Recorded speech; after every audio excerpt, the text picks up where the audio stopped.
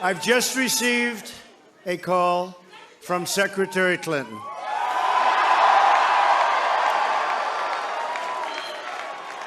She congratulated us, it's about us, on our victory. And I congratulated her and her family on a very, very hard-fought campaign. I mean, she fought very hard.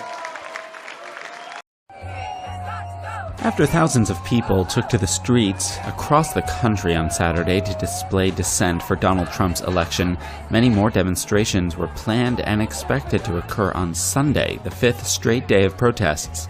Organizers have created Facebook events to help coordinate anti-Trump protesters in a number of large cities, including New York City, Los Angeles, Philadelphia, Oakland, and San Francisco, as well as smaller cities such as Springfield, Massachusetts, Erie, Pennsylvania, Fort Lauderdale, Florida, and New Haven, Connecticut. Thousands of accounts on Facebook have indicated interest in joining these protests. According to the NYPD, an estimated 25,000 turned out in New York City on Saturday.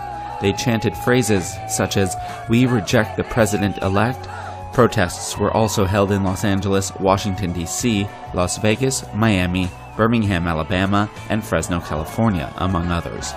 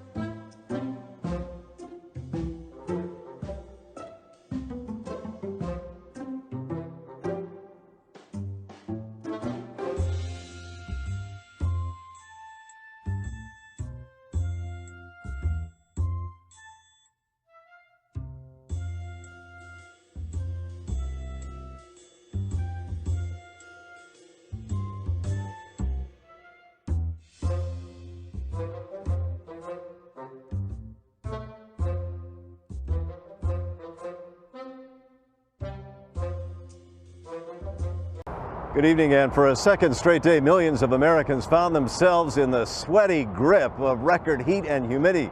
And for many of them, it's only going to get worse. The heat goes on. In Fayetteville, North Carolina, it was 106 today. Just one of many places from the Midwest to the East Coast that needed 3 digits to post the temperature.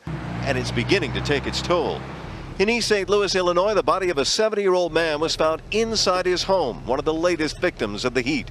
This is where they can go and get cooled down. In neighboring St. Louis, people were directed to cooling centers while firefighters battled flames and heat exhaustion. And for a second day in Dayton, Ohio, school was canceled, while paramedics raced to heat-related calls. Demand for electricity is spiking along with the thermometer. In Atlanta, power companies have set new peak demand records 2 days running and are going for a third. We have enough power, but you never say never. In North Carolina, where 2/3 of the state is under a heat warning, Utility customers are being asked to cut back. We will start to see the heat ease up on the Atlantic seaboard, but for parts of the central U.S., it looks like the heat story is just going to continue into this upcoming weekend. In some places, relief brought its own problems. Rain cooled Rockford, Illinois yesterday. Too much of it. Tonight, the same system is bringing stormy weather to Chicago. And for tomorrow, in many of those same places, the forecast is for temperatures the same or worse. Anne? Fear and confusion in New Zealand's capital Wellington after a powerful earthquake struck the country, along with several aftershocks. The tremor of magnitude 7.8 struck just after midnight local time, bringing people out onto the streets. It generated a tsunami. Emergency services warned of the risk of destructive waves along the entire east coast, warning people to move to higher ground. The epicenter and the region that bore the brunt of the quake were north of Christchurch on the South Island, where there were reports of injuries and collapsed buildings. The Prime Minister said 2 people had died. We now know that those around the country, that tsunami risk has been downgraded to coastal warnings, but we also urge people just to continue to be cautious. The tsunami warning had prompted thousands to move from their homes. 5 years ago, Christchurch was devastated by an earthquake that left 185 people dead. New Zealand lies in the Pacific Ocean's earthquake-prone region known as the Ring of Fire.